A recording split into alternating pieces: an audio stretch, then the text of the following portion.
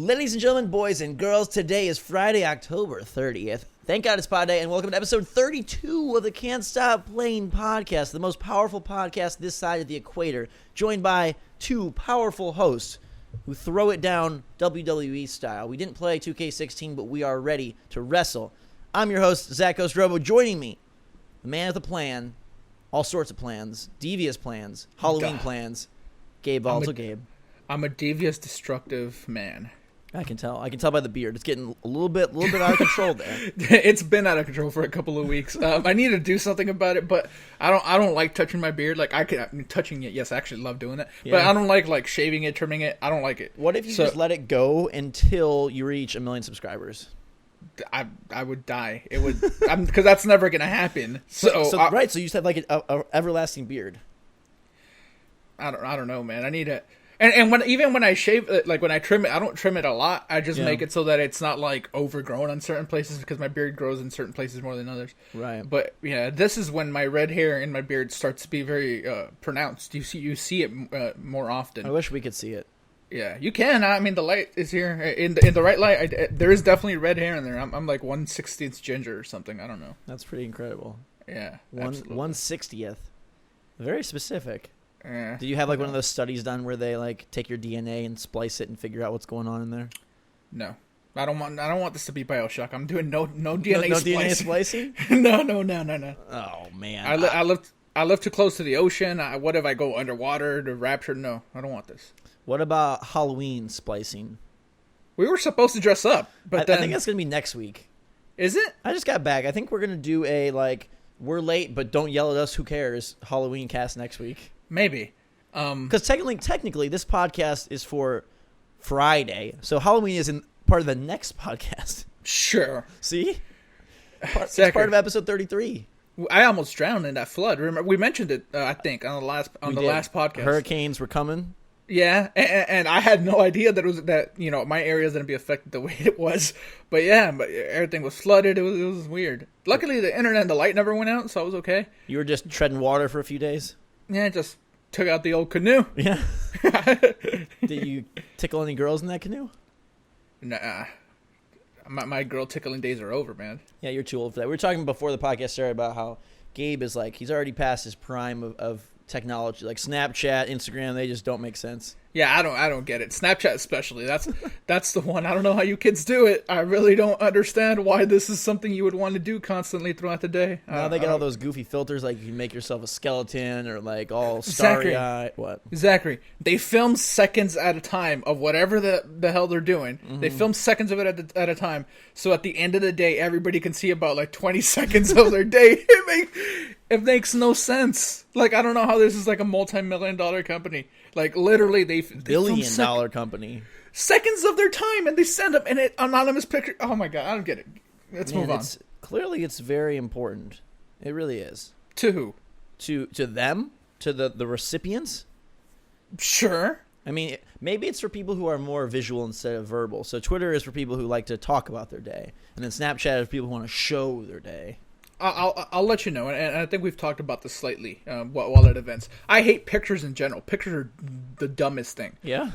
So I don't know. You remember when we were walking the main streets of Seattle to Whole Foods? Yeah. It was me and you, our boy Trevor, and Max. Who? Yeah. Yes, he's not here. We don't know why. I said, sorry, I'm taking this stupid picture, but it's not for me. It's right. That's right. If it wasn't for Lucy, I would never take pictures of anything. You don't like life. to capture a moment in time? Nah, that's what my mind is for, and that's what Lucy says. She says, you're taking pictures so you remember it. Like, it's memorable. I'm like, no, if it's memorable, I'm gonna remember it. I don't need a picture. Do you remember that time that you washed a car with your mom when you were 2 years old? I don't think that's of paramount importance. No, I don't know if I need cute to look back and be like, look at me, I'm a baby. Nah. Speaking of babies, wait, hang on. Let's talk about the show, and then I got to get to my baby story. All right, do it. So this week's show is extra special because we have Brian Horton, game developer, game director for Rise of the Tomb Raider, our first guest, our most special guest, first of millions probably. I think they're just gonna come flocking after this one. Yeah. Isn't there a game called Flocking? Probably. If you're a developer on a game called Flocking, reach out. But yeah, it went really well, and we have about a 25, 30-minute chunk with a lot of your questions, a lot of our questions discussing Tomb Raider. Super cool guy, super genuine, super cool, and so we'll be inserting that in the center of the show after we talk about what we've been playing a little bit, which isn't a whole lot because there's not a whole lot of new stuff, and then we'll get into we will talk about Halo, Assassin's Creed, Battleborn, Evolve, and then the Tomb Raider segment, and then emails, lightning round, and a new segment I have for you today, Gabe. Oh, okay. It's called News segment. Tales from the Twitter. Tales from the Twitter. We should that should be like a legitimate segment. By the way. I think so as well. But first, let me tell you about this baby. So right. I board the plane. It's a 12:34 a.m. red-eye flight from Los Angeles International Airport to Chicago O'Hare International Airport. Okay. I got the whole roll to myself. Okay. I am the second to last person to board the plane. I sit down. I'm like, this is nice. I text my brother. I'm like, hey, Jake, I got the whole roll to myself. How awesome is that? Get all comfortable, put my bag in the second seat. The last person to board the plane is a mom with a 1-year-old, and they sit down right next to me. Oh, no. But she's cute. She seems good. The kid, not the mom, by the way. Just want to clarify. So she's like playing with my headphones, like handing them to me. I'm like, oh, thanks. Like I'm good with kids. So like the mom's like, oh, I'm sorry. I'm like, no, don't worry about it. She's cute. She's great. And then flight's taking off. She's really good. She's sitting there. She's eating her Nutella sticks, which I almost had to reprimand the mom for. Like, why are you feeding this baby bad stuff already? Anyhow. Is Nutella bad? I mean, it's sugary. I don't know. I wouldn't feed it to my child. I've never had it. I've never had it. It's super delicious. Is it? I think so. A lot of people think so. To me, it's like, along with like Frappuccinos, it's a very white girl food. It's a white person food, not just white girl. Let's not be gender exclusive here. Or PC Principal will get us. That's right. Yeah. Gosh. Did you watch any of the Republican debate? No, let's not get into that. Anyhow, I don't care. Flight takes off. Everything's good. I fall asleep. Next thing I know, and I kid you not, this is my experience. The baby is screaming in such a pained fashion. I thought the plane was being hijacked. There were bright lights. I didn't know what was going on. I woke up. I was like kind of afraid, like maybe this plane is being taken over, and that's why this baby is screaming so loud. I look over. Nope, just sitting with her mom.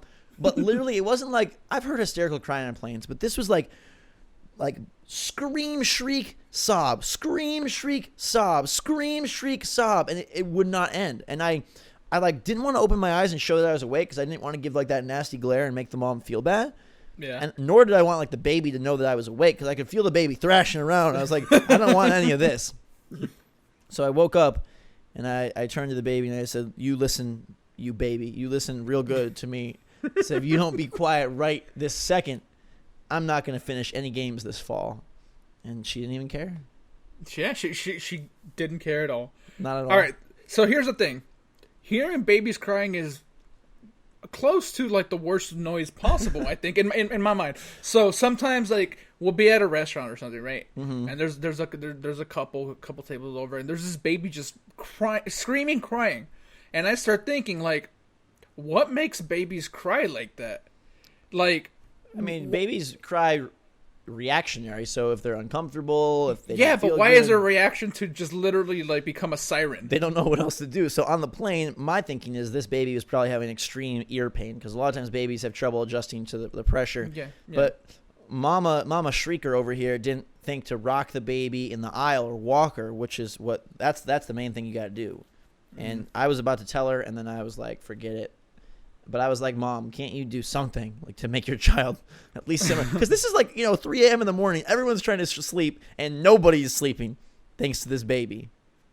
Man, so I don't understand babies at all for any reason. That was my second threat. I looked at the baby and I said, "Listen here, baby. If you don't behave, I'm going to send you to Gabe's house." And then she shut up. Then it was over. Yeah, that worked. Yeah, you showed her a picture of the beard. She's like, "Nope, I want none of that. I'll be quiet, sir." I think you'd make a fantastic father. I'm sure I would, actually. I think I would, but I'm good. All right. Well, what was good about my trip was that I got to play the 5th monster for Evolve. Yeah, monsters. Name of Gorgon. Gorgon, and, good name. Spider, isn't it? Yeah, it's a female spider who's very gross. And again, like they one-up themselves yet again. Behemoth, I think, was the most fun monster, and now hands down Gorgon is. She can fly through the air Spider-Man style, like legit web sling through the air, and then attach onto any flat surface and just like hang there. And then you can pounce down or fire your abilities from the sky. they do such a good job as they progress through these monsters of making you feel more and more like a true boss character, which I think is fan freaking tastic. She can spit acid, and you can kind of paint the ground with it to deal damage over time. She has a web snare ability that fires out and slows and damages opponents. She can fire baby spiders that burrow, and then when hunters get close, they come out, capture them, put them inside their abdomen, and run away. More babies. I hate it. Yeah. I killed a spider recently and babies popped out of it, by the way. That's freaking gross. Yeah, I've seen like a spider that has like a million dots in the back, and you're like, oh, that's cute. And then you're like, oh, God, like that's like a million little ones. Well, it's because of all the rain or whatever. And a spider somehow got into office/bedroom, whatever this is now. And I see it, so I grab my baseball bat, and I just like stomp on it with my baseball bat, and out of it come tiny little baby spiders, and I'm chasing them down because I gotta kill those because there's more spiders. Like a mini game. Yeah. Kill the big boss, then the little ones.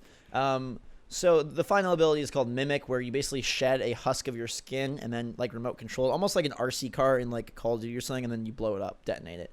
Mm-hmm. But like the thing I want to say, and I know a lot of people are so sour on Evolve, but I think like legit, if you can get Evolve this holiday season for a cheap price, it's on Black Friday sale for $29.99 or even $20 or whatever they drop it to. Like, yeah, it's cheaper than $30. I'm pretty sure that game is still such a good time. I don't care if you never play online. If you just play solo against the computer, I think it's still a totally worthwhile, super fun experience. I played for 7 hours yesterday and loved every second of it. And I wish that the content they have right now, 5 monsters and 22 hunters, I wish that was what the game launched with, because I feel like the whole storyline, the whole, mind share and all that about the game would be drastically different if it came out with 5 monsters, 22 hunters, all these maps.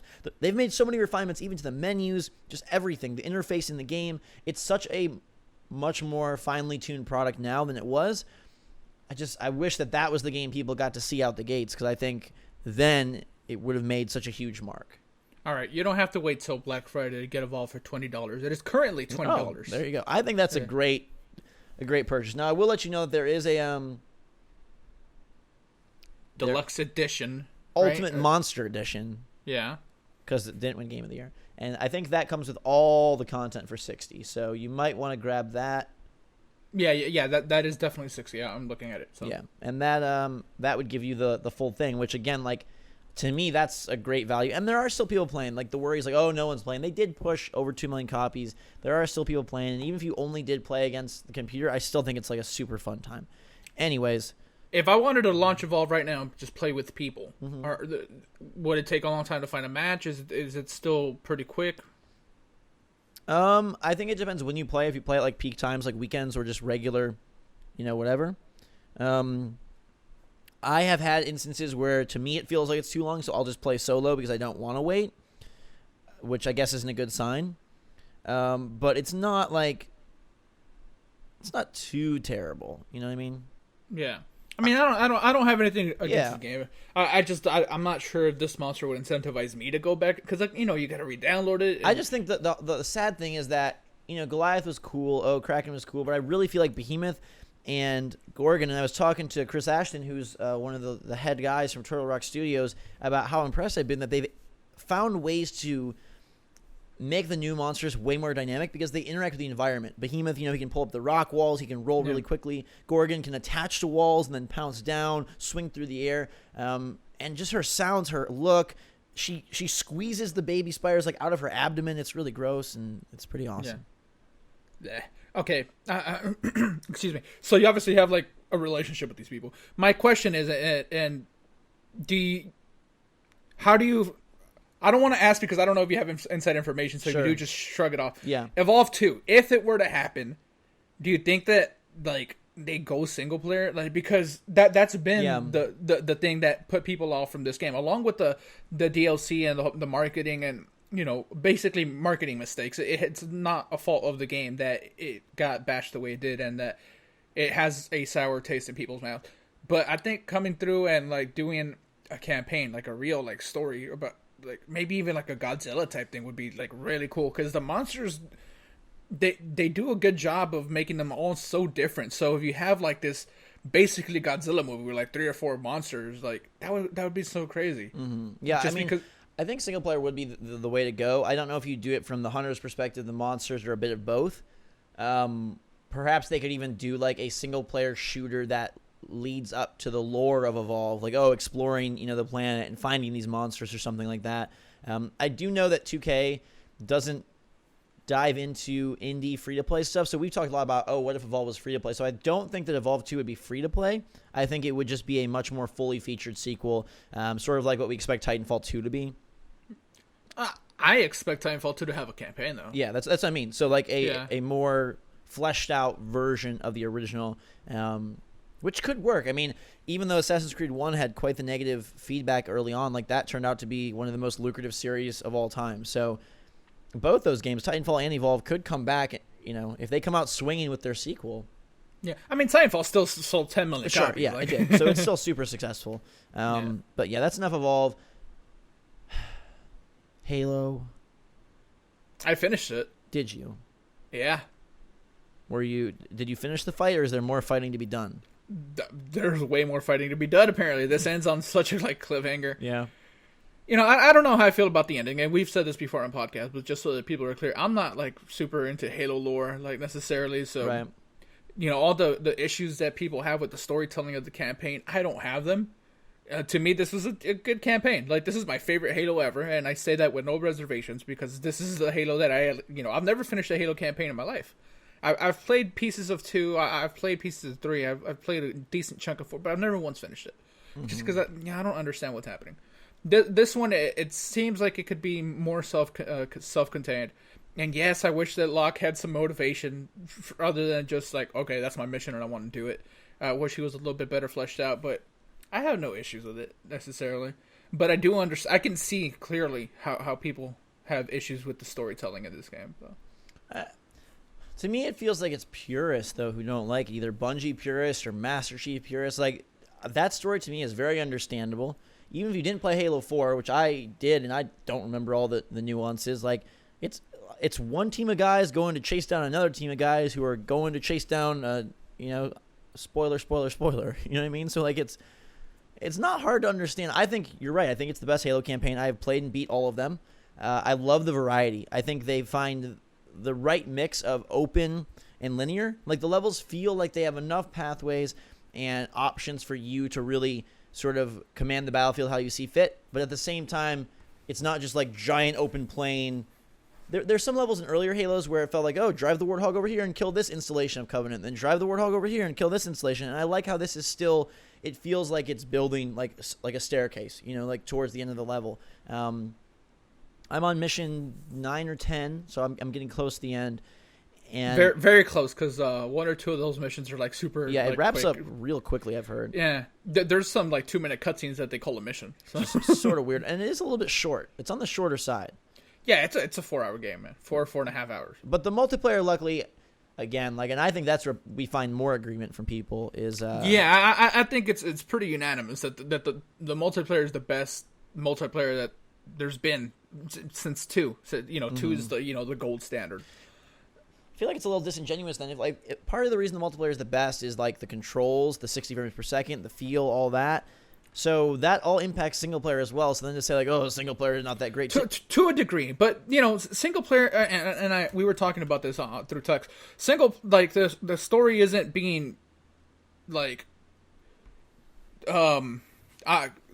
campaign isn't being judged on its gameplay. Its gameplay is great, and no one's saying it isn't. But the campaign has to be looked at in a different way. The storytelling. I just feel like they're reviewing it like whiny fanboys instead of oh, we wanted this to happen. Oh, we didn't want a cliffhanger. Oh, we wanted I don't know, but it says something that this is the shortest Halo campaign. It's 4.5 hours. People that are really good can finish it in 4. I'm not that great, so I finished it in 4.5. And I told you this. I feel like I don't necessarily have the right state of mind to say where this falls in line with everything else, just because I haven't played everything else. For me, did this work as a self-contained story? Yes. Do I see the problems that everybody else has? Sure. I see how people that are invested in Halo lore are disappointed that this didn't push it all that much. But so say Last of Us 2 comes out, right? And say that it's a very great game, the gameplay is improved, multiplayer is really popular, and people don't like the story choices they made with Joel. Does that make it a bad game then? A bad single player? again, I don't think anybody's saying that it's a bad like single player. They're saying that it's a bad like story. Like they're saying the campaign is terrible, but when they say that, they don't mean it's not playing well. It doesn't mean that it's not running very well. It runs and plays beautifully. I just wish I could know if they really don't like the story or if they just don't like what the story does, like the decisions of the story. Like, is it a poorly handled story, or is it just that they don't like what they did with the story? Because to me, the story seems just fine. That ending. Okay, well, I'll get there and I'll come back next week. So, Tales from the Twitter. This is our new segment where we talk about relevant things from irrelevant people. I typed in Halo 5 sucks, and I just want to see what came up. So, at NickWrightNWB says, return Halo 5 because it sucks. Epically. R.I.P. what was one of my favorite games ever. All right. How do you return a video game, first of all? I mean, I think GameStop has like a 7-day policy. On used games, not on you. Once you open the shrink wrap, like, yeah, that's it. Like, you can't return that. Maybe he lives in a different country. Hardest Fight on Twitter says, I bought Halo 5, and that sucks. I don't see how you buy this game and you're disappointed. The Warzone is crazy awesome. Like, it changes up Halo multiplayer in so many ways. Plus, Arena is still there, and Forge is still coming, and all the maps, it's all going to be free. Like, what are you complaining about? Kami Adam writes in on Twitter, to Twitter, not to us, by the way. If Adam, if you want to write in, that's can't stop asking at gmail.com. But to Twitter, he says, Halo 5 is dead. I must agree. Sadly, RIP Halo 5. You died with no split screen. That's dumb, too. Who's playing split screen anymore? People that complain about that, like, they're just looking for stuff to complain about. I've got a couple more. Christian Palos writes in, Halo 5 sucks. Who wants it for $10? Megan Tato has a little bit of a different take on it. She says, I hope Halo 5 sucks and you have a miserable night. To her boyfriend? I don't know. That was just to Twitter. To Twitter? Yeah. Oh, that's not nice. Lauren X3 says, if Halo 5 sucks, I'm getting rid of my Xbox One. Do it. Don't just talk about it. You got to be about it. Yeah. Okay. And the last one is from... No, there's two more, actually. Okay. DD Detour says, just admit Halo 5's story sucks and let it go. Okay. Not...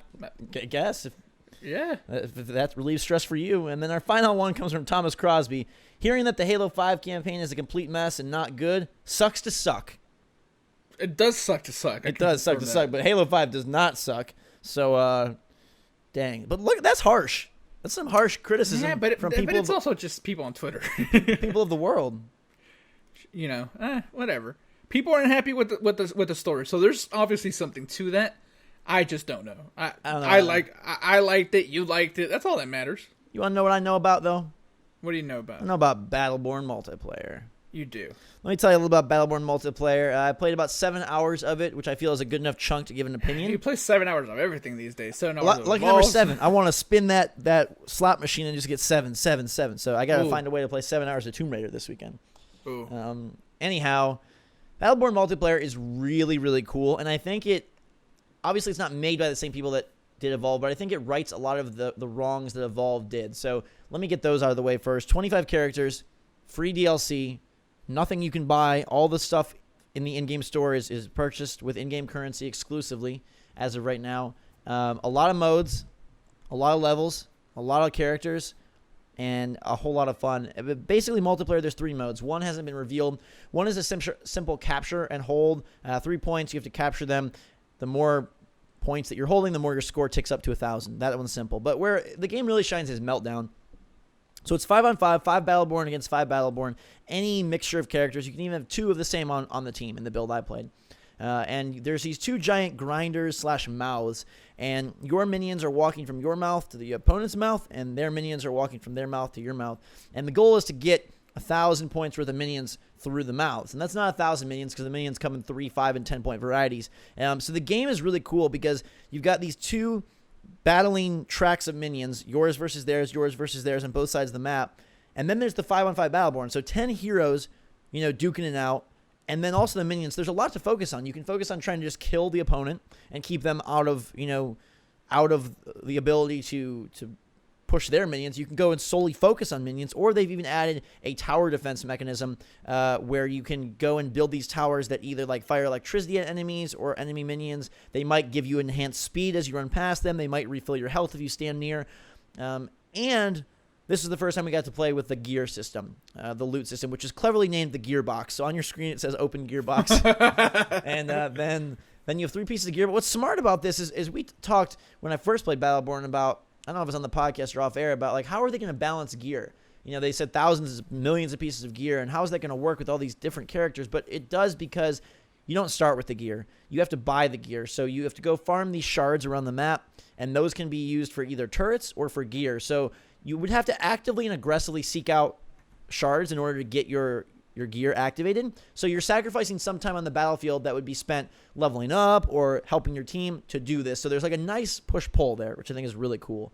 But like all in all, the best part is the fact that the Battleborn fighting each other feels really good. Like, it doesn't matter who it is, if it's the flying bird Benedict, if it's the magic wielding Arendi, if it's the spinning, slashing Wrath, like they all have moves that feel like when they battle, it just works. And what I like about it most from that standpoint is that you can figure out what's going on. There's a long enough time to death that you can really figure out what's going on. I haven't played in the Overwatch beta, but I did play it back at PAX.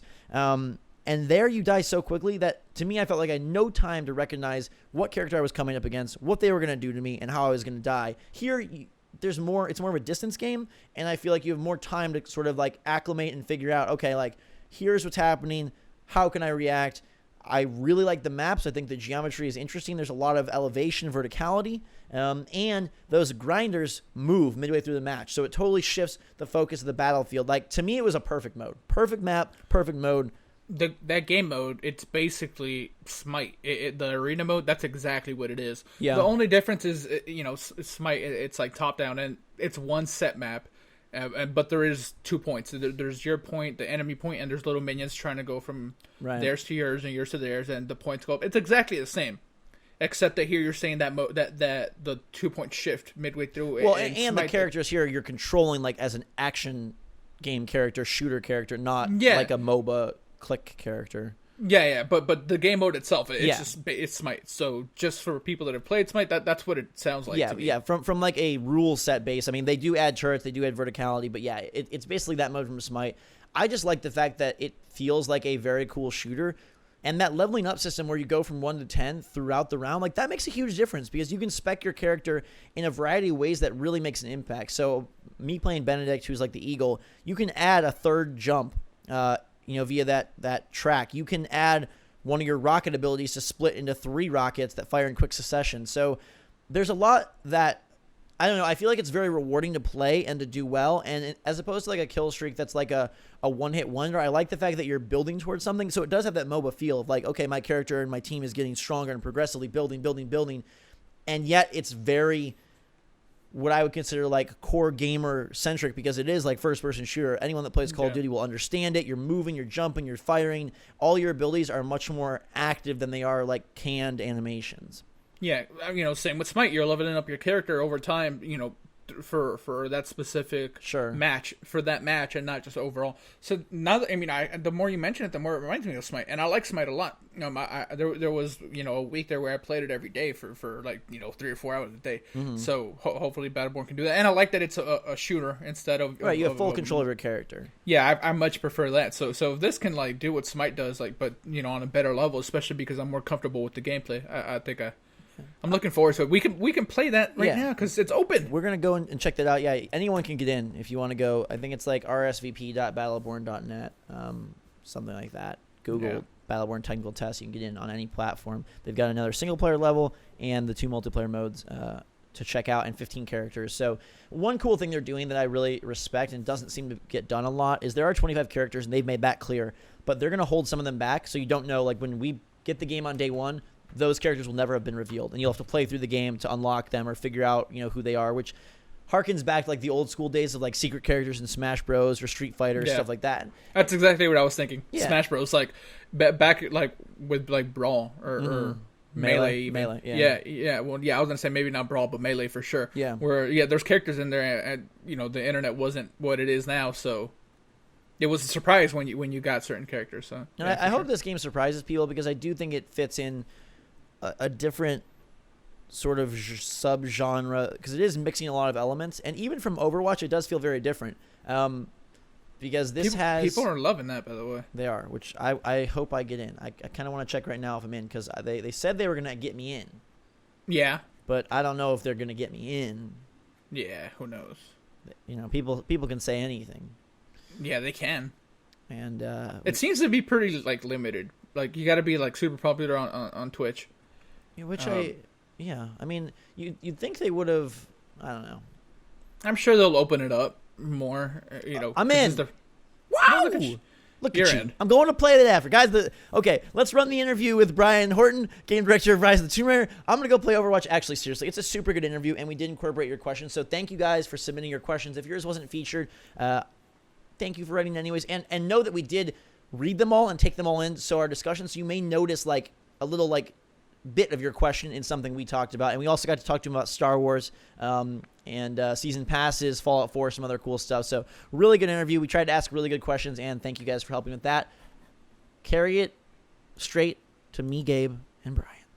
All right, guys and girls, we are here with our very first special guest, and a super special one at that, joined today by Brian Horton, game director of Rise of the Tomb Raider. How is it going, Brian?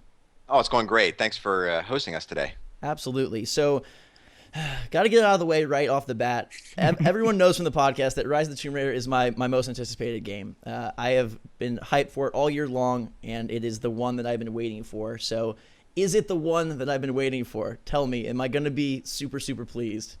I hope so. I mean, if you're excited about the game, you probably played the reboot, and sure. A lot of what we did on Rise was take the lessons we learned, the things that we think were really successful, and we really wanted to grow that, and not only change the gameplay and evolve the gameplay, but her character as well. So if you're a fan of Lara Croft and you like that loop of the Tomb Raider classic loop of gameplay, you're gonna love Rise of the Tomb Raider. The scale of the game's bigger, and I think the things that we can do in the game, there's a lot more to do, and I'm excited to talk to you guys about that today. Awesome. Yeah, and I think for a lot of the people listening, one of the big things, every year we get so many sequels, so many iterations, so many reboots and remakes, and for me, the first Tomb Raider reboot, the one on Xbox 360 and PS3, like that was a fantastic sort of new era for Lara and for Tomb Raider. And what would you say are kind of the keystones, the focal points that make Rise a true sequel instead of just a 1.5?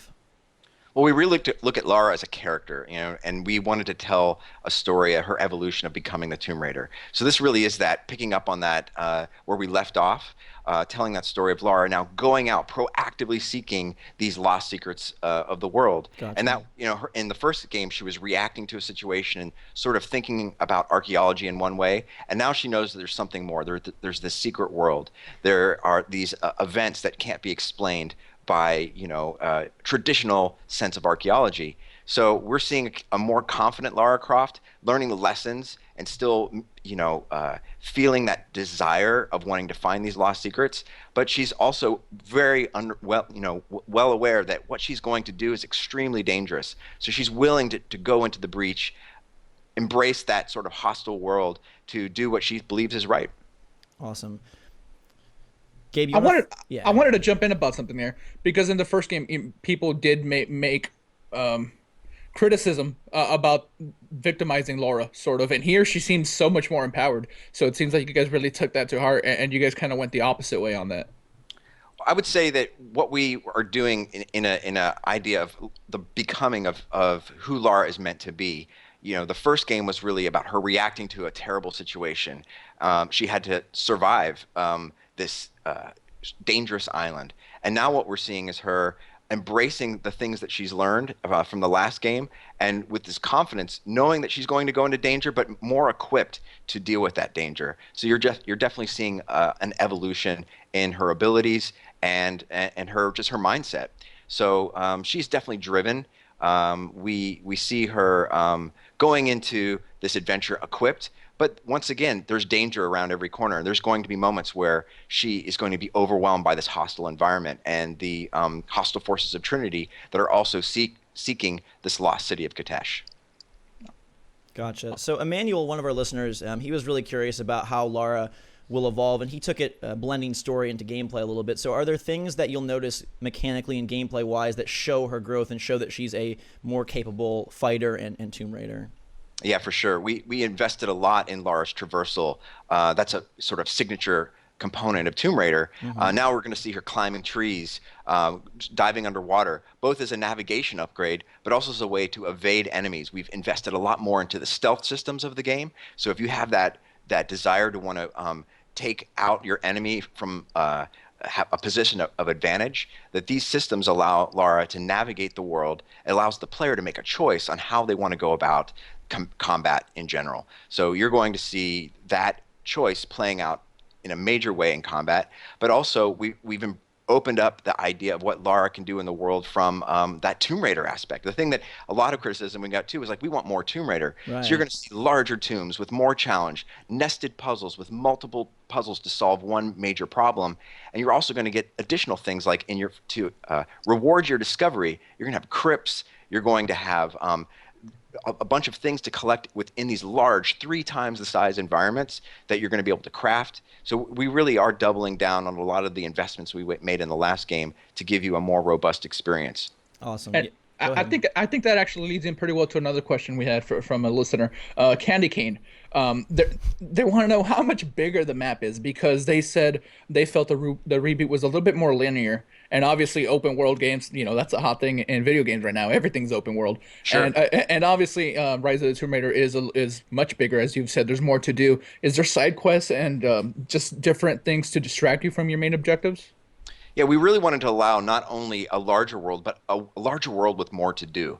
So you're going to have companions, allies that you'll be able to take missions from. Those missions are not just there as fetch quests. They're going to help you grow as a character, gain the trust of this faction, and you're going to see rewards at every turn for your exploration. So we've talked about this. Our hubs are around 2 to 3 times the size of the last game, and larger and more dense. So that was our goal. It's like we just didn't want to make a large game to make it big. We wanted to give a more rich gameplay experience. We're also encouraging in these moments when you have the exploration where there is a narrative that is to be told, that you can go off the leash and do this exploration, because at the end of it, you're powering yourself up to take on these threats. So for those explorers out there that want to have that place that you have a discovery around every turn, we think Rise of the Tomb Raider has what you guys are looking for. Awesome. Sweet. Yeah, my favorite thing, or one of my favorite things, is all the ways they're able to sort of personalize the experience. So whether it was choosing what you leveled up, or now there's a lot more emphasis on crafting. I love the fact that the game can look gorgeous, play gorgeous, and still have these elements where, like, hey, I can bring a little bit of myself into it by picking how I want to, navigate, how I want to have combat. For me, like, I was all about the fire arrow headshots. Like, that was me the whole way in the first game. So can you just speak a little on the greater involvement of crafting and how sort of that will, influence the gameplay? It's a major part of it, and it's something that we really innovated within the Tomb Raider formula to add this sort of RPG element, this crafting element. But now we've improved on it, where before you had one weapon that would sort of dismantle and move on to the next. Now you have multiple weapons, so you're going to see multiple bows depending on your strategy. If you want power, you might want to go for that compound bow route. If you want to get stealth and speed, you might want to stay on the recurve side. And you can keep both of those weapons, and you can make choices at base camps on which one of those weapons you want to go in with. And base camps are all over the game right now. You can fast travel between them, so they're a lot more versatile. And in the upgrades themselves, not only can you upgrade weapons, but you have a lot of resources in the world that you'll be able to upgrade things like your quivers, ammo pouches, things that are going to help you be a more robust combatant in the game. You'll be able to craft by, the hunting loop. That has become a huge part of the game, where before it was a side activity for XP, it now has a resource. So you're going to see special resources from different kinds of animals. We have more exotic animals in the game, in addition to your, you have predator animals as well as animals that you would hunt. So all of those animals in the game not only have a gameplay aspect to it of fun, but they have a resource that you'll be able to use in your crafting menus. We also have crafting on the fly, which is a new thing for us. So if you've got resources in the world, you'll be able to craft things like explosives. You'll be able to heal yourself on the fly. So we still have a regenerator of health idea, but it now regenerates more slowly, and now you can accelerate that health regeneration through the bandages that you craft. So we really try to think of our systems as part of the world ecosystem. Everything you do, everything you collect, everything you hunt feeds into that core loop, and really just doubles down on sort of things that we introduced on the reboot. Awesome. And Seamus, another listener, was really interested in kind of that progression, that crafting, and want to know, do you have any like special favorite weapon or favorite craftable that he should be looking out for to get when he gets the game? Yeah, in addition to craftables, the favorite thing I craft tends to be Molotovs. I have a lot of fun burning stuff. Yeah. So that's a great craftable. But the other thing you have is the skills, which we've also increased a lot. So once I learn how to make certain things, I can then buy skills that augment that. So I can make a corpse bomb, which is really cool. You take a guy out, you can craft a bomb, a poison gas bomb on the corpse, Nice. and then move away. That'll ping. That sends out a ping. Enemies come towards that corpse. You take out multiple enemies in one silent stroke. I mean, it really is a satisfying thing to put those investments into your resources and craft the kind of Lara Croft you want to be. Right. That's the thing. Player choice, giving you more freedom of how you want to go about being Lara is something that we've really taken to heart on this game.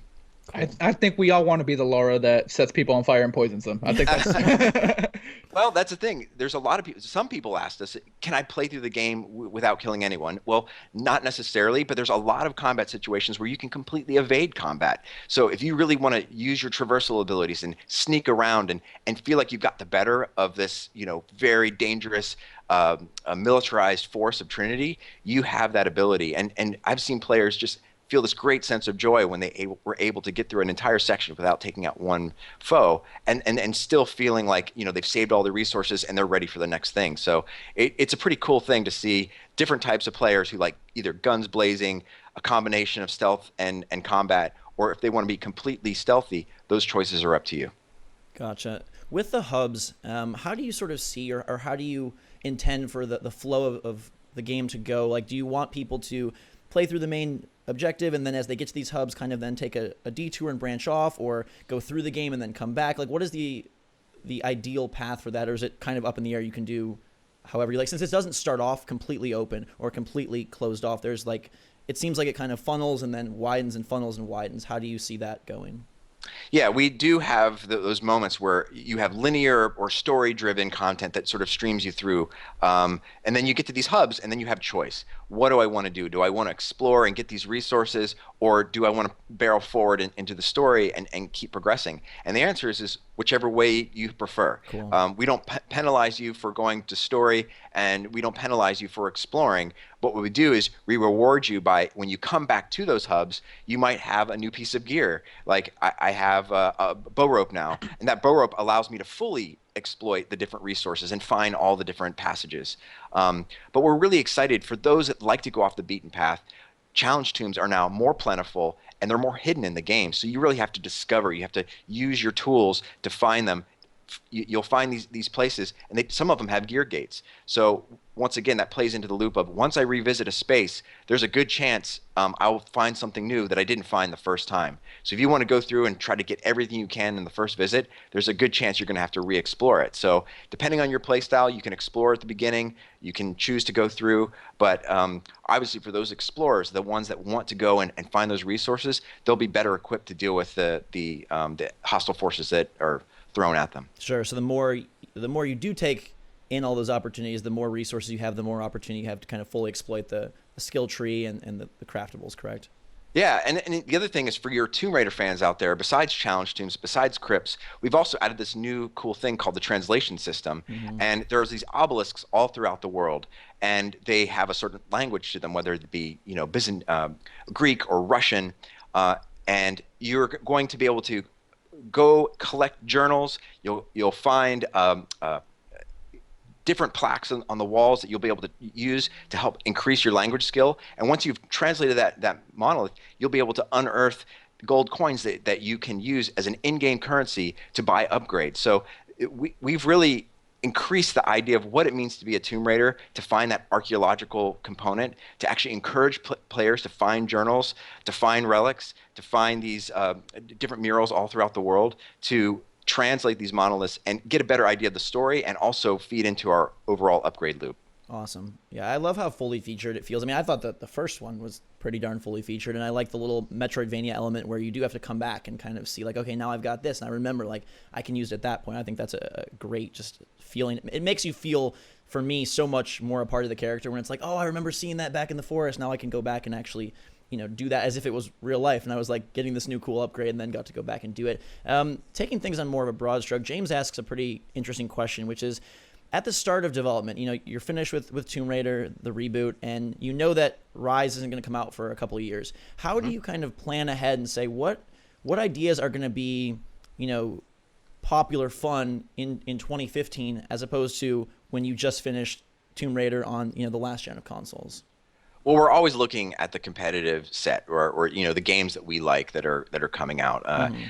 We knew when we made Tomb Raider, our goal was to try to expand on the types of gameplay and upgrade systems that were not in the franchise before. But when we saw that, we said, wow, we barely scratched the dirt here, and there's so much more for us to do. So really, it was an opportunity to look at the things that we had in the game that had more opportunity for us to improve upon and invest in that. And we knew we wanted to make a game where discovery and tomb raiding was becoming more central to the activity as her character was changing, and we knew she was going and finding these tombs. We wanted to make sure that was what we call our unfair advantage. It's the thing in the market where when you're buying a Tomb Raider game, not every game can say we're a game about spelunking into tombs and discovering these tombs and finding the rewards. So that was another area that we said, wow, we should really invest in this and in our own way with our modern filter. So the idea of what tomb raiding is now is evolving from the reboot, but it's also getting back some of those nostalgic elements that you love about buying and playing a Tomb Raider game. Gotcha. And you mentioned other games that you liked, and Andrew wanted to know, season passes have been a hot topic recently just because the Battlefront and a few others have come out, and they've sort of changed the way that season passes were introduced in the past. And he wanted to know your perspective of season passes coming from a developer that is working on a game that does have a season pass.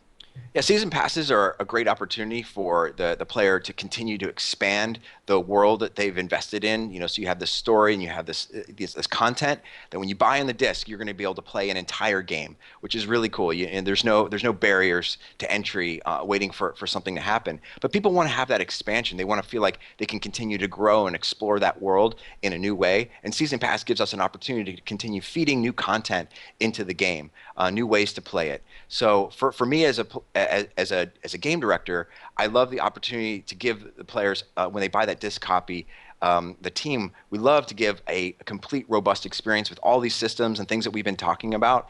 But then to be able to have a little bit more fun with the franchise and do things that you wouldn't normally do within canon, that's a great opportunity for us. So that's the way we look at it, as a way to expand on that thing that you love, that robust, complete experience, which we've been talking about. If you're going to 100% this game, this is like 30 to 40 hours. It's a very big game. There's a lot to do. So, but there's people that want more. So season pass is a great opportunity to do that. You piqued my interest there. You said that you would do things that aren't necessarily like canon and that are more, different than what the franchise is known for. So things like that in season pass are what makes me excited for them. So that's great to hear. Yeah, I mean, you guys might have heard of the chicken bomb. That's sort of made its rounds where you get a card that you can use that you're augmenting the chickens, and then they all of a sudden explode. I mean, those are things that you wouldn't want to do in normal course of gameplay, but it's great to do to have these augmentations like big head mode and things like that that you wouldn't normally have. So it's pretty cool. Can those expedition cards be used in the main game? Like, is it after you beat it, or how do those fall into place? Yeah, expedition cards are mostly for post-game play. So after I've played the game and I'm replaying the game, I use these expedition cards in our different modes that we have, whether it be remnant resistance or endurance mode or something like that. So it really gives the player in that post-game play experience something brand new. It was our answer to want to expand on how do we want players to stay into this world longer? What can they do? How can they be social? And that was the area, the way we wanted to go. Awesome. Speaking of brand new, I know you've been probably crunching and crazy busy lately, but is there anything that you've played outside of Tomb Raider that you've liked, or anything you're looking forward to now that you kind of have a break for a chance? Oh man, we're always playing games. I love Metal Gear. I love The Witcher. Those are probably my two favorites. And, I mean, Sure. I played Batman. I played all the games that you'd expect, like those tentpole games of the year. But I actually I got a lot of pleasure out of why am I blanking on the name? The horror game that just came out. Until Dawn. Until Dawn, yeah. Yeah. So I've been playing Until Dawn because it's so different. Right. It was an interesting idea of bringing an interactive horror movie to life, and I think the team did a great job on that. So those are the kind of things I've been looking at lately. Awesome. I know Gabe wants to ask it, so I'm just going to ask it for him. Are you a Star Wars fan? Of course. I mean, I was born in 1972. That Okay. ages me, guys. Yeah. So I actually was old enough to be in the theater when Star Wars came out. So how could I not be excited about new Star Wars? But There you go. I have to temper my expectations after Episode One. Smart man. I can't. I can't get to myself to that place of being a 7-year-old kid getting to see my first Star Wars movie again. But J.J. Abrams is obviously a fantastic director, and who wouldn't be excited about his take on that universe? So yeah, I'm definitely stoked. Sweet. right.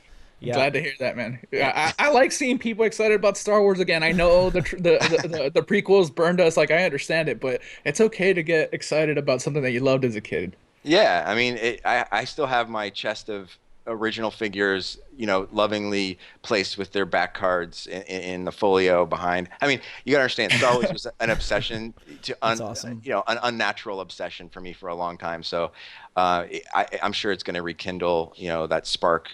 I couldn't lie. I did have a small tear in my eye when the trailer came out. I was like, A lot of us did. A lot of us did. yeah. Our big podcast theory is that the reason Luke he's been missing from all the promotional materials because he ends up being the villain, like the main bad It seems like something that would happen. I have no idea at this point. I'm trying to keep my expectations, in check Right. and not getting too obsessed about it. And hopefully going to it, it's like, hey, let's go see a cool movie tonight, and it'll be Star Wars. That's the way I want to. That's the way I'm sort of approaching it. Gotcha. Back to Tomb Raider for a second. What are your launch day plans? Like the game comes out, obviously you've played it a bunch of times. Like, are you gonna Yeah. go get a copy at Best Buy? Or are you gonna just watch everyone, follow Twitter, like be worried about review scores? Like, how does that go for you? Yeah, well, one of the fortunate things about working on the game is we get free copies of them, so Right. I won't have to go out and buy one. But it's always cool to go to the stores on day one and see what people are, if they're interested in your game. We did a signing for the last game at our local GameStop, and it was really fun. Sure. I don't know if we're going to do anything like that. I do know I will be playing the game. There's something about cracking it open, the cellophane, and putting the retail disc in your system and playing it as a retail copy that's really special that I always do. I just did a Let's Play of the Definitive Edition recently on Twitch. I'm probably going to be doing something like that for Twitch again because it was a lot of fun. We had a lot of great questions. So Cool. hopefully we'll promote those Let's Plays. There's a number of devs that are interested in doing that, and it's been a great way to communicate to fans. But I hope to do it in a way that gives enough people time to play it, Right. and then do a Let's Play. Yeah, and I'm not sure how much you can go into with spoilers and whatnot, but I played the E3 demo in the snow, and I played the Gamescom demo in more of the desert environment.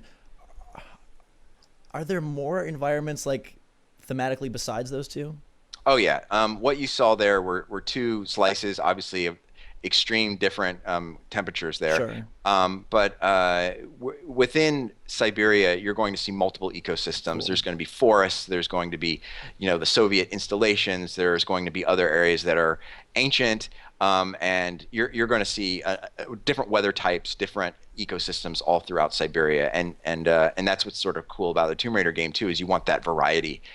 So it's not just the snow game or the desert game. It's going to have the full-fledged feeling of seasons all throughout it. Which is pretty Gotcha. cool. I'm sad that Max isn't here because he actually grew up in Russia, so it'd be interesting to have him ask you some questions about that. I wanted to bring it up, and again, like Aaron Greenberg recently came out and said that he feels that Rise of Tomb Raider can stand on its own against Fallout 4, and obviously that's the game that has the swell of the industry behind it. If someone hasn't played the Definitive Edition or they haven't played Tomb Raider and they have both games in their hand, Fallout 4 and Rise, what would you say in terms of why Rise is such a fun and worthwhile $60 experience?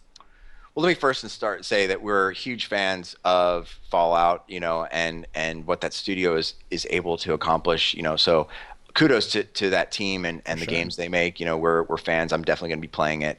But I would say we deliver different types of experiences.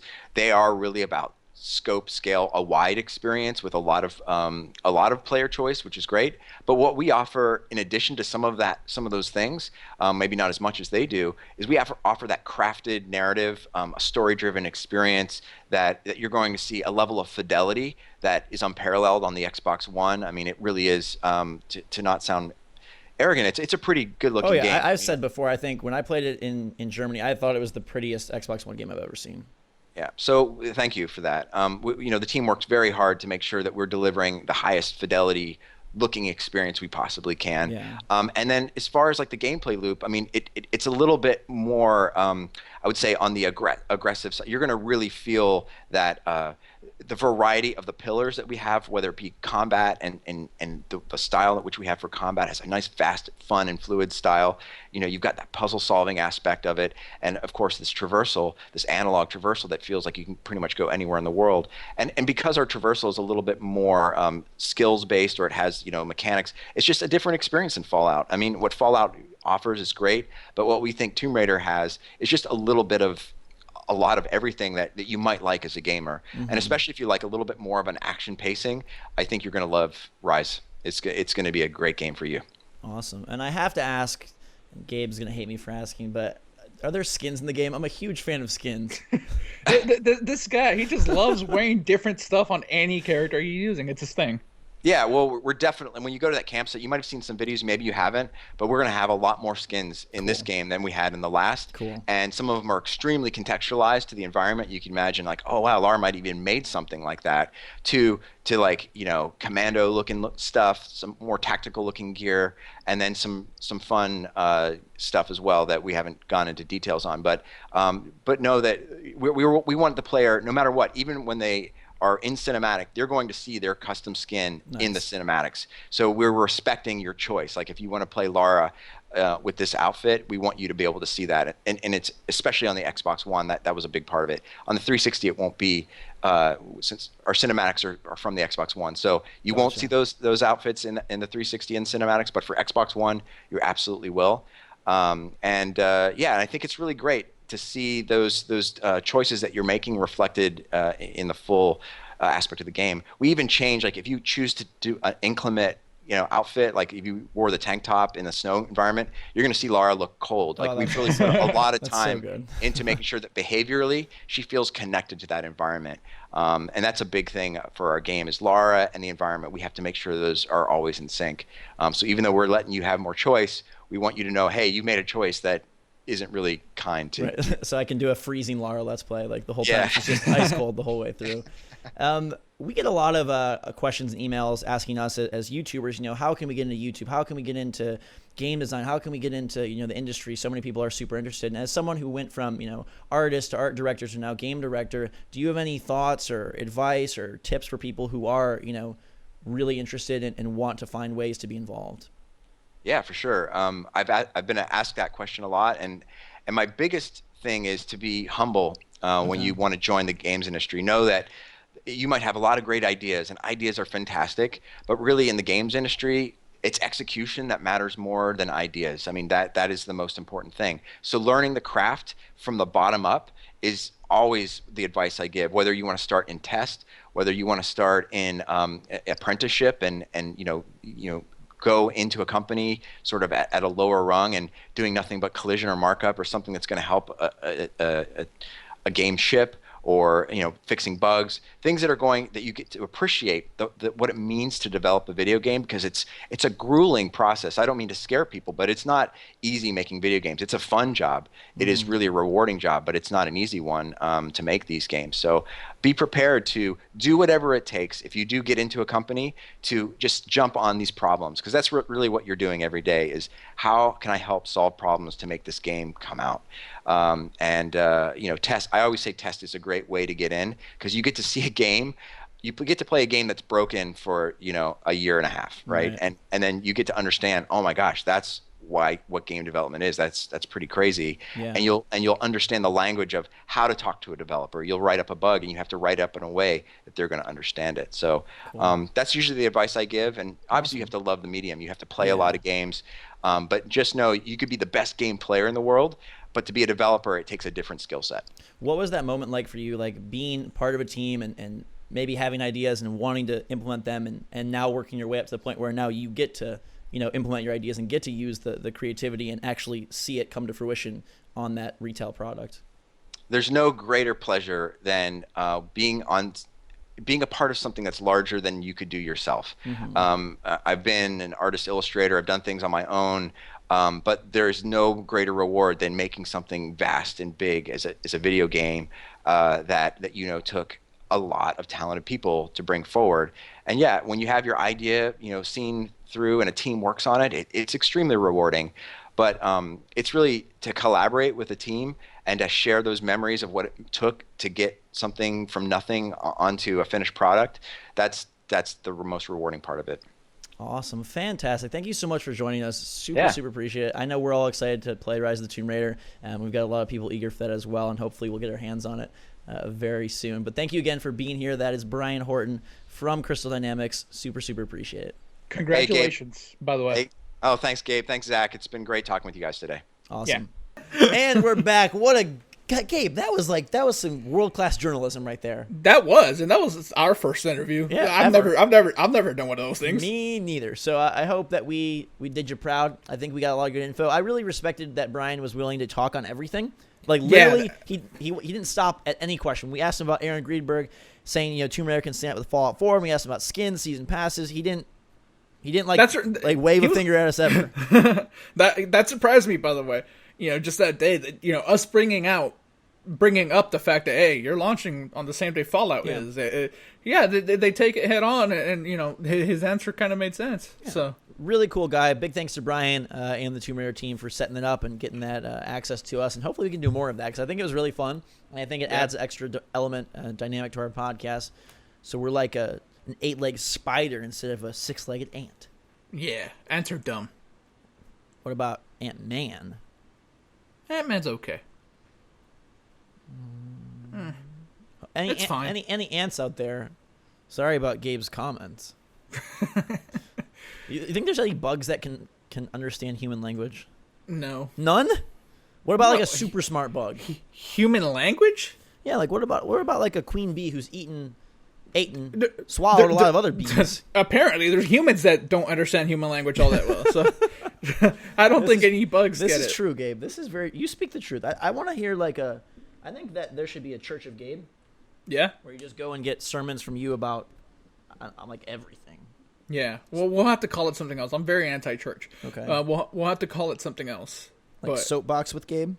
We can call it the Knights of Gabe. Because I'm looking at Kylo Ren right there, right next to BB-8. Yeah. I'm worried for BB-8 because there's two. Kylo might think, hey, these things are too cute. Yeah.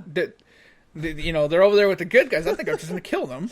If you're listening and don't know what the heck's going on, I got two little BB-8 Spheros next to a Kylo Ren Funko Pop, and we're like what? How many days away from 40? I think it's 49 days. Yeah, Star Wars. We're there. under 50, which is crazy. We are getting there. What else is crazy is the lightning round. So there's something funny. I had said that I got extra Star Wars tickets if anybody needed them. And somebody tweeted at me, hey, can I have the Star Wars tickets? You don't live in Texas. The tickets are for my theater. All right, so this is called a lightning round Halloween edition, even though, dagnabbit, Halloween is in the next podcast. Yeah. This one comes in from Joseph. Hi, Joseph. Hopefully it's not Joseph Randall getting suspended from the Dallas Cowboys in the NFL. What did he do? They're saying he did something to, against the conduct policy, but what did he do? I don't know. He probably took off his clothes or something. Being that bad is against conduct policy? I don't know. So we're going through a lot of stuff that I don't know how many answers I have, but maybe you do, Gabe. All right. Best fruit candy: Starburst, Skittles, or Nerds? Nerds. I've had all of these in my time. I gotta say Skittles. I have a soft spot for Skittles. Sour Skittles, regular Skittles. I like tropical Nerds. Skittles. I like Nerds too. I liked. This is all past tense, boys and girls. Yeah. I'm not a candy man anymore. I don't believe in Halloween. Worst candy: candy corn, black licorice, or raisins. Raisins isn't even a candy, so we can take that one out. I mean, he says worst treat, I guess. Treat / candy. I don't think of raisins is really a treat either. Candy corn is like weird. I don't know why it exists. I always like candy corn. I don't know why, but I did. I'm going to say black licorice. Ugh. Sure, that just sounds weird. I've never had it. Best pie, apple, pumpkin, or blueberry? Neither. I hate pie. I like banana cream pie. And I also like 4-berry pie from Michigan. Yeah, I hate pie. I hate cake. All that stuff's not for me. All right. Scariest monster, a vampire, a werewolf, or a mummy? Werewolf? How is this even in contention? Why? Because they can just like shred you apart? Yes. But plus, you can talk to a vampire and be like, "Hey, please let me go." But werewolves are only dangerous half the day. Oh, that's true. So are vampires. They're asleep during the day. Yeah, but what if they're in a dark room? Then you're still screwed. Yeah, I don't know. I'm gonna say vampire. I don't think a mummy is very scary at all. It just slowly walks at you. Okay. Yeah. I think werewolf is my answer. All right, I say vampire. Scariest game: Silent Hill series, Resident Evil series, or Five Nights at Freddy's series? I've never played any Five Nights at Freddy's. I think Five Nights at Freddy's. If you're talking about like jump scares, then yeah. I've never played it. It's very so I guess by default I go with Silent Hills. All right, a couple more here. Scariest villain: Freddy Krueger, Jason Voorhees, Michael Myers. Jason, that hockey mask, it always freaked me out.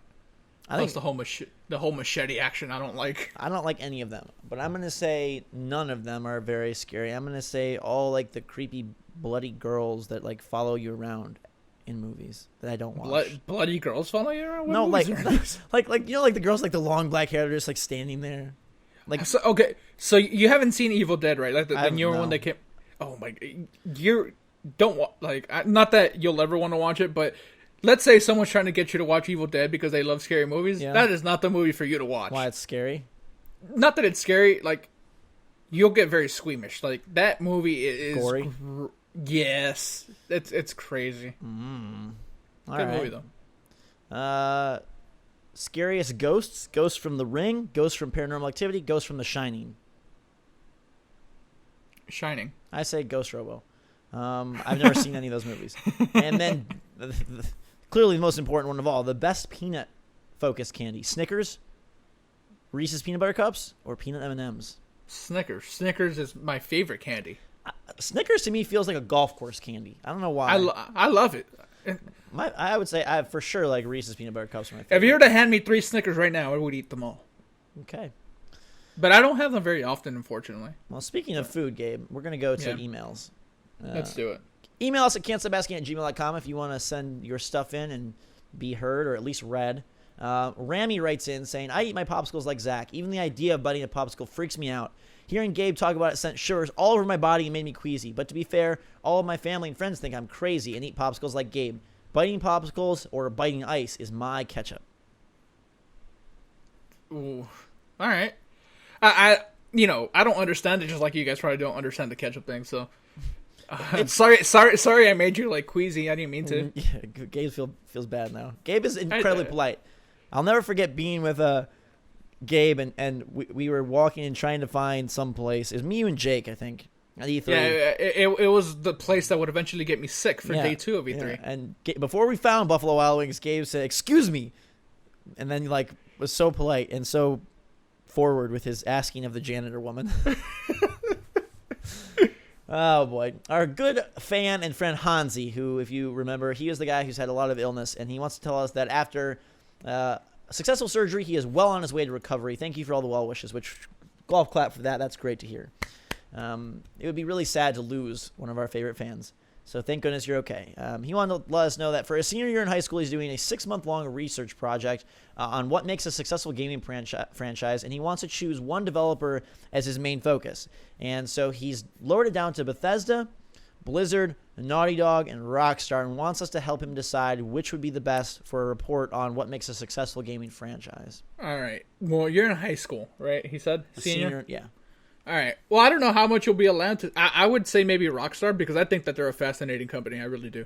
But I don't know how much of what they do you're allowed to like speak about in a report because they over sexualize stuff, right. and it it makes drama out of like crime and murder and things that are very adult thing. And I think that's why those franchises are so successful, and also because they tell like very good stories.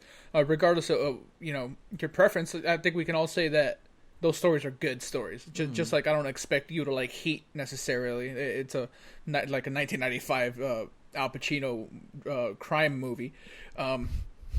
But I think we can at least respect Rockstar's storytelling and the fact that they take their time and that they don't care necessarily about making money. I'm sure they have the luxury of not caring because they make so damn much of it. Mm-hmm.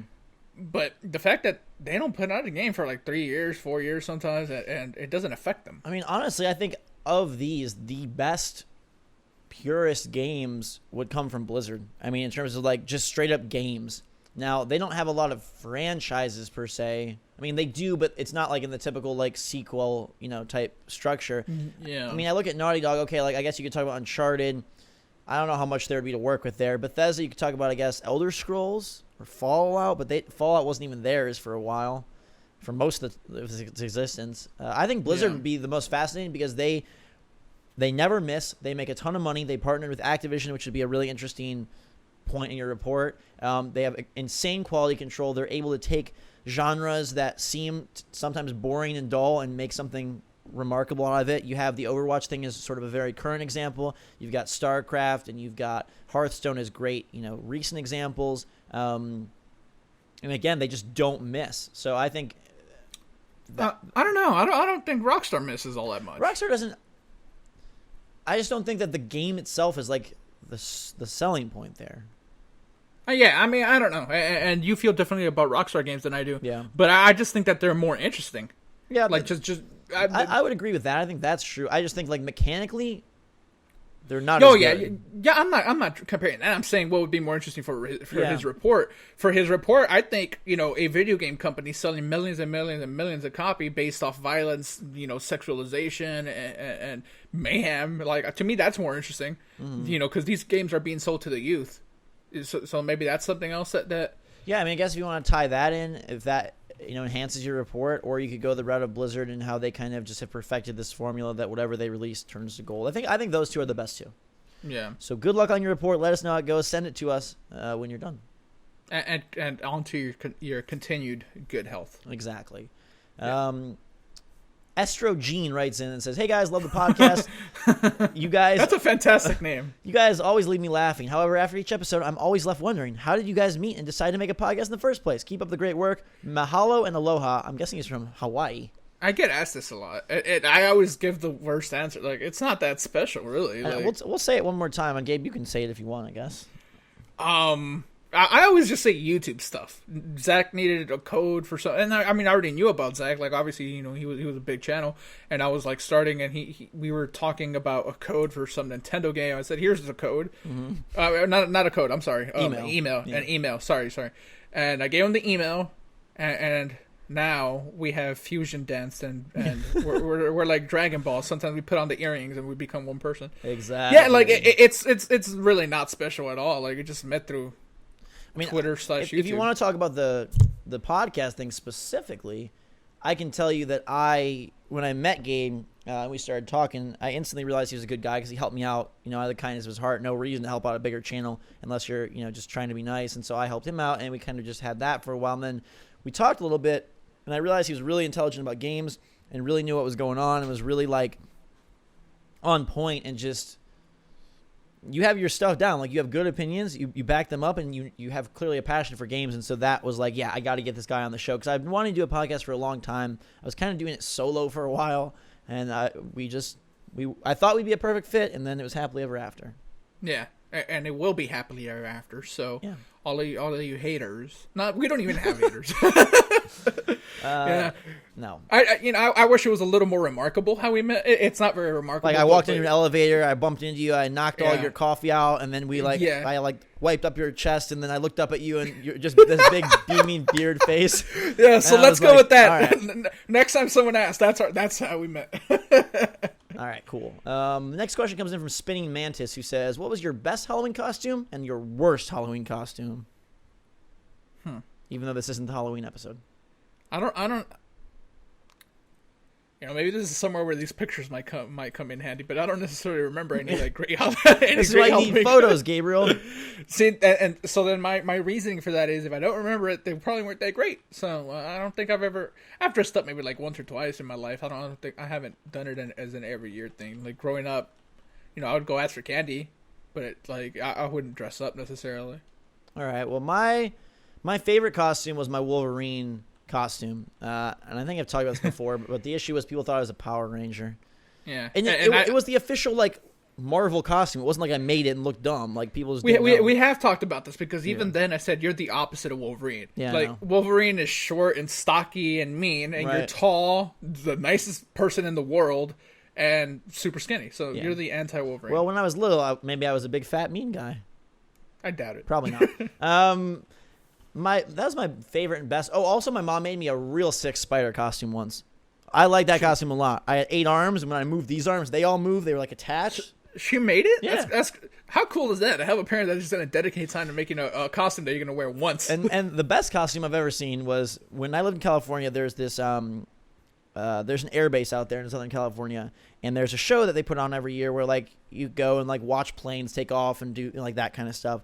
And the highlight is this giant metal monster called Robosaurus, and it's a giant metal dinosaur that eats cars and breathes fire. And Noah was probably like, I don't know, 4 years old, 5 years old, and he thought this was like the coolest thing in the world. And so he wanted to be Robosaurus for Halloween. And we tried to explain to him that there was no Robosaurus costumes, and he didn't really understand that. So my dad, most 4-year-olds, right? Yeah. My dad drew like a blueprint and made like plans to build this out of like cardboard and all these different materials, and made him like the sickest chrome painted Robosaurus costume where his head was inside the mouth and there's all these teeth, and it was just like the coolest thing ever. That is so cool. Yeah. My worst, I don't know that I had a worst.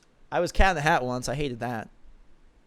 You know what my first what? Who subjected you to that? Your parents? I chose it. You subjected yourself. It was like to I was like 8th grade, and like I didn't want to dress up, so I was like, "What's something easy I can dress up and just go with Noah?" And you could have just not dressed up. yeah, I could have, but I was still like young enough, and I was really short. So yeah. Anyhow, my first ever costume, I was a black cat when I was a baby. I sort of want to like dress up to go trick or treating. Yeah, you like, should. I'm probably too old for it, but yeah, I'm gonna shut down. I'm a bad person. I do the whole like close the door, pull the blinds, shut off the lights, and go hide in my room. I don't blame you. One, I don't like spreading candy around. Yeah. And 2, like, I don't know. You act like it's a disease. I don't like spreading candy around. I don't. And then also, a lot of people in my neighborhood know me, so I feel like my house is gonna be the hot spot this year. Dude, I'm gonna go knock, and you better let me in and give me all the candy. Okay, Gabe. Only you though. You can just have it all. I got that whole bowl just for you. Yeah. I'll be sitting in the bathtub waiting for you with that bowl of candy. Ooh, organic candy. Yep. Any kind you want, whatever kinds you like. Yeah. Ethan writes in saying, "Hey guys, just wondering how long you plan to do the podcast. I just started watching episode 30, and I still want it to continue." Hello, Ethan, new fan at episode 30. Good to know that even with all of our iTunes problems, we still have some new fans. Yeah. I mean, I can't answer for Zachary, but I can say that I would like to do the podcast in some fashion for as long as possible. As long as we can. Yeah, as long as we can. Until Gabe has children. No, I think we'll do it for a while. I don't. There's no reason right now that I would stop. And unless like there's an apocalypse and I have to go work in a coal mine, like. Speaking of, you heard about this? What? It happens every so often. People will come up with a new date. What is it this time? Apparently, we're all dying in December for some reason. What? Here, let me look up the details. Here. Meanwhile, I'll do it in the next email. Okay. But in the meantime, about the podcast, I would expect changes coming up. I think. Yeah, me too. I would expect some changes. Things are being worked on. You can predict some changes in the future, Gabe. You always have your hand right on the money. Like your hand follows the money, and so where the money goes, good things happen. While you're looking that up, I'm gonna read. I have not pre-screened this email, so I hope it's good. It's called A Witch Encounter, and it's from Slickest Power. And I only read the first sentence, which says, "What's up, guys? In the spirit of Halloween, I thought it'd be a good idea to tell you a personal experience with the supernatural." And so I was like, "We're reading this." Okay. So, all right, get your blankets wrapped up, grab your popcorn, hold a flashlight up to your chin. Here we go. I'm scared. One summer night, me and two of my other cousins, who like me live in the United States and are just visiting, were walking down the dirt streets of my grandmother's pueblo in Mexico. Since it was just a little pueblo, there was maybe 2 or 3 streetlights, but other than that, it was almost pitch black. We were passing by the old high school that now is in ruins at the edge of the pueblo, when out of nowhere, bright golden orbs, probably like 4 or 5 of them, appeared over the school, flying around, all crazy like. And I'm telling you, I was freaking out, thinking it was some type of UFO here to abduct us. But then it happened. Laughing, not just any type of laugh, but a high-pitched crazy laugh coming from the orbs. My mind was jumbled up trying to come up with some sort of reason why the orbs of light were laughing, and for the second time, it happened. People. I saw people in those orbs. Not that detailed, but I clearly saw silhouettes inside the orbs. That's when I knew that shit just got real, and I spun around and told my cousins to run, and just chopped? Maybe Chopped. hoped. Yeah. He something all the way back to Grandma's house. We quickly got back into the house, shutting the door behind us, yelling at each other, "What the hell did we just see?" When our uncle told us to shut the hell up. I'm trying to watch the novella. He clearly saw that we were scared because he asked what was wrong, and we told him what happened. He let out a tired sigh and said, "Lo que ustedes vieron eran brujas." What you just saw were witches. Yeah, I actually understood. You did a good job reading that. Thank you. You want to hear it in proper enunciation? Yes. Lo que ustedes vieron eran brujas. There we go. Thank you, Gabe. Yeah. He said that as long as he could remember, the witches always flew around the old school, and that as long as nobody messes with them, they won't do nothing. But he did warn us to never go back there at night ever again, because there had been missing people who thought it'd be cool to solve the great mystery of the orb witches, but have always come out missing, or if they're lucky, waking up in the middle of the mountains. That whole summer, that experience was stuck in my head, but you would be surprised by how fast you get used to the unexplained. Now I barely think about that event, and when I do go to Mexico to visit, I just make sure to stay away from that old high school at night. Do you believe? That's my story. Do you have any of yours that you'd like to share? All right, I have a story that's pretty similar, but also let me just share in your Pueblo adventures. My grandparents are actually from a tiny Pueblo in Mexico as well, and I used to go over there a lot when I was younger. I mean, now it's too dangerous; no one goes to Mexico. Yeah. But back in the day when I was like 10 years old, we used to go once a month or something, and it gets scary out there, man. And those like tiny towns that you can walk through the whole town like in 20 minutes, but there's like literally nothing out there. It's like pitch black, and you have the lights of the house and maybe like one light for the whole city. Like there's no street lights, nothing like that. And these houses are made out of like rocks and stones and iron on the roof. It's crazy, man. But I've been scared a time or two out there. I was going to the outhouse because there's no indoor restrooms over there. I was going to the outhouse one time and I saw a rattlesnake, and that really scared me. But onto a story that's actually quite similar to yours. When I was maybe 16, 17 years old. I was already driving by that point. I had my first car. And I was dropping a friend off at her house. She lives a couple of towns over. And I was dropping her off. And it's pretty remote out there. It's just, a lot of nothing. It's just a long black road. Howling? Are there like howling coyotes or dogs or something? I don't know. No? We don't have a lot of coyotes here. Okay. All right, but I was dropping her off. I left her home, and I decided to just drive a little bit more before I went home. I felt like driving. I was listening to music. So I'm driving, and I see some lights in the sky. Uh-oh. It was the orb witches. Huh? It was the orb witches. I don't know if it was the orb witches, but I definitely saw lights in the sky. At that time, flip phones were more the thing. So, you couldn't take a great photo of it. You couldn't really take video of it. I wish I would have had an iPhone back in the day so I could have filmed it. But I too saw lights, and I wasn't scared or anything. I actually pulled over and I got out just so I can get a good look. And the lights were there for a little while, and then they were gone. It wasn't anything spectacular. I wasn't afraid or anything. But yeah, man, something's out there, I think. My scariest story is I came home. I've told this on my channel, but I'll tell it on the podcast. I came home. My dad was traveling for business. I was about 13, 14. Jake was like 9, and Noah was like 1 or 2. Yeah. And we got home, and there was this red stuff all over the kitchen cabinets. Now we were like instantly frozen in our tracks. We were like, "What the heck could that be?" So I was like, maybe someone spilled strawberries. I'm like trying to think of some like reasonable explanation, and it was high up too, like higher than I could reach. So I was like, this makes no sense. And so instantly my mind then goes to like someone got murdered in here, or there's some dude like bleeding, and the lights are in the basement. And so we're like, who left the lights on? Did we leave the lights on? my mom gets a baseball bat and she's going down to the basement. I'm just afraid I'm going to hear like knife sounds or gunshots or something real soon. Mama Robo and Gabe, they first go to the baseball bat. That's what happens. So she grabbed a baseball bat and she walks downstairs, and I'm just like shivering upstairs. She looks in all the rooms downstairs, nothing there. She comes back up. We're trying to figure it out, and eventually we just like gave up. We wiped it up, and we're like, this makes no sense why there's blood all over these cabinets. And then later it wasn't blood, was it? Oh yes, it was. It was blood? It was blood. It smelled like blood, looked like blood. It like coagulated like blood, and later we realized, many hours later, that somehow our dog had gotten outside and gotten cut in the head, and so she like shook blood all over. But when we checked her the first time to see if that was her, because that was like a reasonable thought, like maybe she got cut, it had hardened up so quickly that we missed it in her fur, and we didn't like think she was bleeding at all. It wasn't Kobe, was it? Yeah, it was Kobe. Oh, look at Kobe scared you. Yeah, she got bit in the head or something.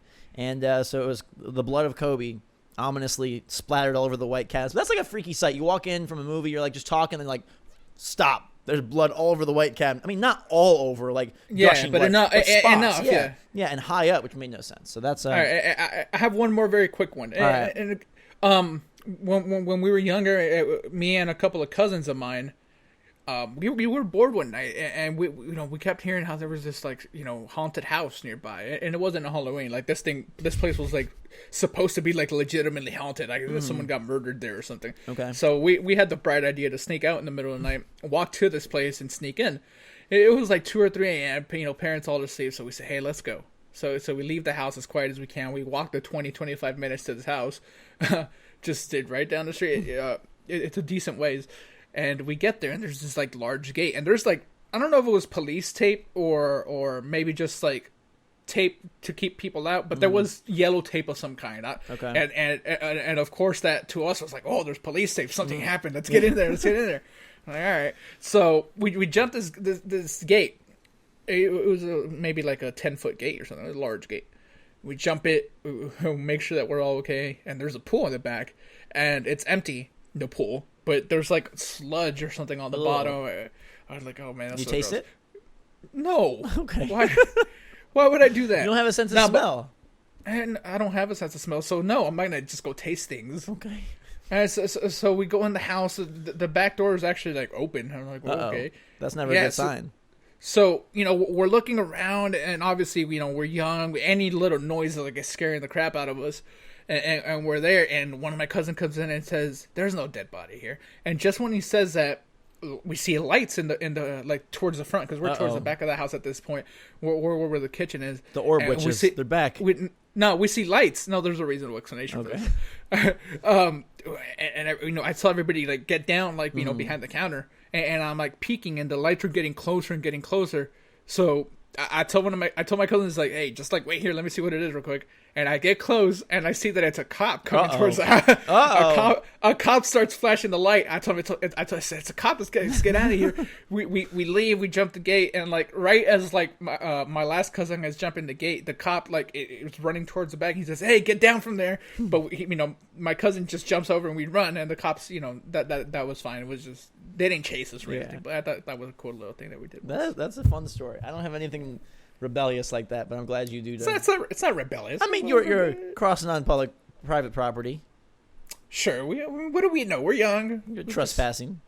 Yeah. I wish I would have known young Gabe. He's a little more reckless. Yeah, definitely. A couple more emails. This one comes from Taekwon.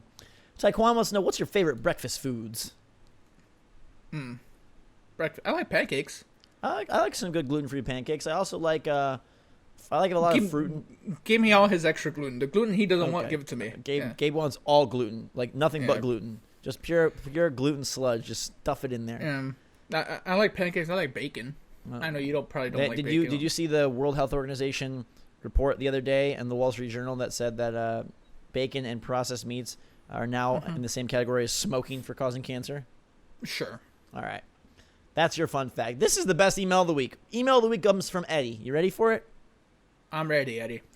Hey, Zach, Max, and Gabe, love the podcast. In your Star Wars discussion this past week, Zach said that he would like to see a black lightsaber as the new color. I'm here to tell you that there already are black lightsabers, even after Disney cut out all the expanded universe stuff. In the animated Clone Wars show, which is still considered canon, one story arc involved Obi-Wan traveling to Mandalore, Boba Fett's home planet, to discover a conspiracy made up of these Mandalorian warriors overthrowing the Queen. One of the leaders of that conspiracy had acquired an old black lightsaber from the Old Republic, and he even put up a great fight with Obi-Wan, and they eventually stalemated. Just want to let you and the listeners know this. Enjoy the show. Keep up the great work. Lore Master comes through in the clutch. I would love to get into the cartoons and whatnot, but I feel like there's too many episodes now or something. There's I don't know. Two seasons of Clone Wars or 3? And then, but then they also have the new one. Rebel.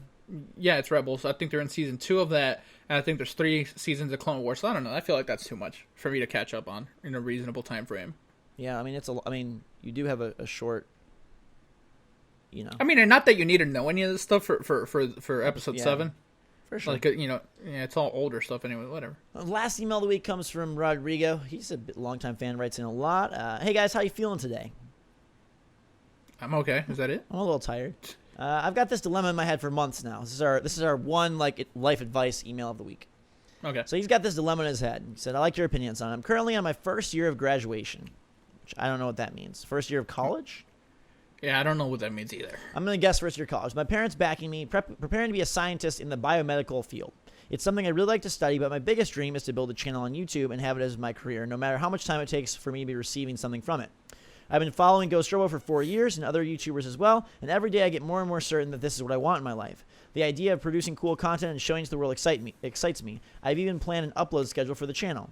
Problem is, I can't do YouTube and college at the same time because there's simply not enough time to do it.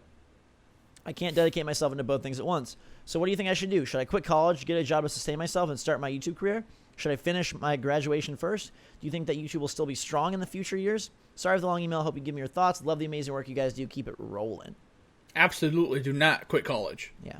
Absolutely do not, please, for the love of everything that is holy in the universe. YouTube is not a bankable career because even if you're the most skilled person, it does not guarantee success. This isn't something like, no field, I guess, guarantees success, but it's not something where if you're a really good cook or you're a really good basketball player or you're a really great lawyer, you know everything about medicine. There's no guarantee that you get a job that pays anything, let alone sustainable wage, let alone some epic wage on YouTube.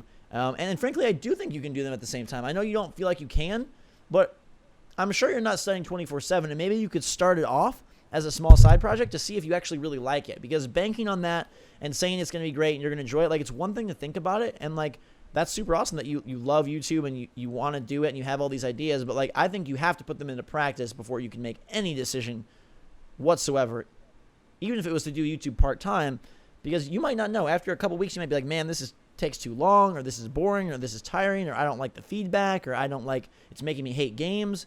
And I'm not trying to quell your dream or say oh, don't do that, but just to be realistic, and Gabe, I'm sure you can give a perspective too, quitting college for YouTube seems just the worst to me. Yeah. Until you have it going super steady and strong, would I even consider dropping out? And even then, you shouldn't drop out because I don't think YouTube is forever for anybody. I don't think PewDiePie is going to be on YouTube forever. He's obviously going to move on to other things. So I don't know. I think having a degree is very important, especially nowadays. I wish I had one. I don't have one. I've dropped out of college 4 times and learned from my mistakes. I regret doing it each of the 4 times. Mm-hmm. And we touched on this last week a little bit, and I got called a hypocrite on the comments or whatever. Whatever. If you think I'm hypocritical for trying to spread something that in my opinion is positive, that's fine. But I don't think it makes me a hypocrite when I'm speaking from a place of knowledge. I've done YouTube for years now, and I see the way that growth is so slow. No matter how hard you try, no matter how many different things you try, YouTube is so luck-based these days, and I don't see that changing anytime soon. And I don't think he mentioned gaming necessarily as what he wanted to do on YouTube. I think you could find success in other categories of YouTube more easily than you can in gaming. Yeah, because gaming is just so overcrowded. But having that education is a safety net, a very, very strong safety net. And not just that, you probably have parents that want you to finish college, so do it for them. Do it to solidify a place in society for you, because YouTube, you're not going to find that permanent livelihood necessarily, unless you are one of the crazy big ones. And what are the chances of that? No, and again, I hate to put people's like dreams down. Obviously, go for it. I think you can try both, just like Zach said. Try YouTube part time. You're not studying 24 hours a day, so make a video here and there, put it out there. Also, it's gonna take you a while to get good, haha, get good at making videos. Like, you're not gonna make your first video and be happy with it. You have to learn how to talk into a microphone. You have to learn how to be on camera. You have to learn how to edit. You have to learn how to search, how to hopefully appear on search, meta tags, search engine optimization. It's all very important. And yeah, but definitely do not quit college under any circumstances. No, I think that's the focal point. Is yes, YouTube will be around. Yes, YouTube will still be big. So your opportunity is still there, and just try to find a way to insert it into your daily schedule or your weekly schedule. Even if it's like, hey, make one video a week to start, just to see if you like it, get a feel for it, and then as time goes on, maybe you can make it a bigger thing. Like, it takes a lot for people to quit what they're doing, whether it's a job or school, to commit to something like YouTube, or to commit to something like art, or commit to something like singing, or anything like that. You hear about people who have to get it to a certain level, and they make goals for themselves or milestones, like, okay, if my YouTube channel gets this many views, or if my art sells this many paintings or whatever, then I can quit my quote main thing. So I would think about it that way, as opposed to just going like balls to the wall for it. I mean, and if you feel like, hey, this is exactly what I need to do, then more power to you, but just be aware of the consequences and be aware of the ramifications if it doesn't pan out, knowing that currently YouTube is like the most crowded job fair ever, and you might not even get seen or heard or anything. And even if you do for a little while, it might not be forever. Right. There was a time where I was super happy with what my YouTube was making, like financially. Like, I was set. Right. So that I wish I would have gone to college at that time instead of continuing that. But just because you're making a certain, X amount for a consistent basis, it changes so much. YouTube channels go downhill. It's a thing that happens. Right. And it happens to a lot of people, and it's definitely happened to me. So, and that's where like I said, I feel like I can speak from a place of knowledge where, hey, this has happened to me, and I don't want it to happen to anyone else. I much rather someone have as close to guaranteed success as possible than to have to worry with the stresses that a lot of us deal with. And not that it's like super stressful. I'm not losing my mind over YouTube or anything, but it's definitely something that I don't wish upon anyone. For sure. So hopefully that helps you out a little bit. Again, we always come off as like downers, but we're really not trying to be. We're just trying to be positive influences, giving you a realistic picture as people who do this every day of our lives. Yeah, I don't know. I think us telling someone like, hey, stay in school is pretty positive. Yeah, that is true. Good point. Yeah. Way to turn that around for me. Good job, Gabe. Yeah. That'll wrap up emails. Again, can'tstopasking@gmail.com. Keep your questions and comments coming. Next week, we've got a big week. We will be talking about Black Ops 3. We'll be talking about Rise of the Tomb Raider. We'll be talking about Halloween. Fallout. Maybe Fallout. So it should be a huge show, and it should be a huge next couple of weeks. So get pumped for that. Right now, though, we're going to take ourselves to Hype City, where I feel like I know where both of us are going, but we're going to ride that train anyways, just so we can hold hands and just so we can sing some songs and, just be merry. We're going to the same location here. Are we? And it's some island somewhere. Yeah? Okay. And we got to rise to the occasion, Zachary. That and Fallout, I want to throw them both in there. I don't want to show any favoritism here. All right. I definitely will. Yeah, that's okay. I'm super excited for both of them. Obviously, we're going to play one hopefully a lot closer than the other one. Yeah. And it's hard not to be excited for this. The last time I was this excited for a game was just last week with Halo. Man, the fall, it's a good time, man. It's a good time. I don't get excited about video games too much these days, and it feels good to have a game coming out that I genuinely just want to play. Gotcha. Mine is Rise of the Tomb Raider. I am excited for Fallout just to see what that thing is, and I hope more than anybody that it exceeds my expectations and that I love it. That would be like the greatest gift ever. Like Fallout 4 is there, and like in spite of the graphics, I'm like, dang, this is so good, and I just fall into that game for hours. But Rise of the Tomb Raider, so beautiful. And I'm even more excited after talking to Brian and hearing some of the improvements they made, like that poison bomb and just different ways that the skills and Lara's tree and growth is really at the forefront here. And I think it's just going to be a fantastic time. And it sounds like the game is bigger and better in every way. So we get to set people on fire. 10 out of 10. 10 out of 10. Game of the year. Game of the year. And this show, I feel, has been like a 10 out of 10. There we go. I think this you was got it. A great show, clocking in just the right length for you guys in your weekend. I hope you had a great week, whether you're entering the cold season in our part of the world or you're somewhere else where it's just getting warm. Still hot over here. Well, if you're in Texas or down south somewhere, it's hot. But where I'm at, I was in LA last night in shorts. Came into Chicago in shorts. Not a good idea. It was cold. And then the plane had 30 minutes of maintenance, so I sat there with the plane door open and just like cold air coming in. I was like, could we please excuse me, flight attendant, stand in front of that door so I don't shiver. They didn't do it. They couldn't hug you? No, that's not mine. Warm embrace? If you were there, that's what would have happened. I would have been taken care of. A warm embrace, man. That's all it takes. That's all it takes. Go find someone and give them a warm embrace. Not someone random on the streets. That might get you in trouble. But find someone you love or you care about. Give them a hug. Give them a hug. Give them a hug. Have a great week. We'll be back with episode 33 next time. Until that time, send in your questions, send in your comments, play some games. Have a safe Halloween, and we will see you all later. And congratulations to the Patriots.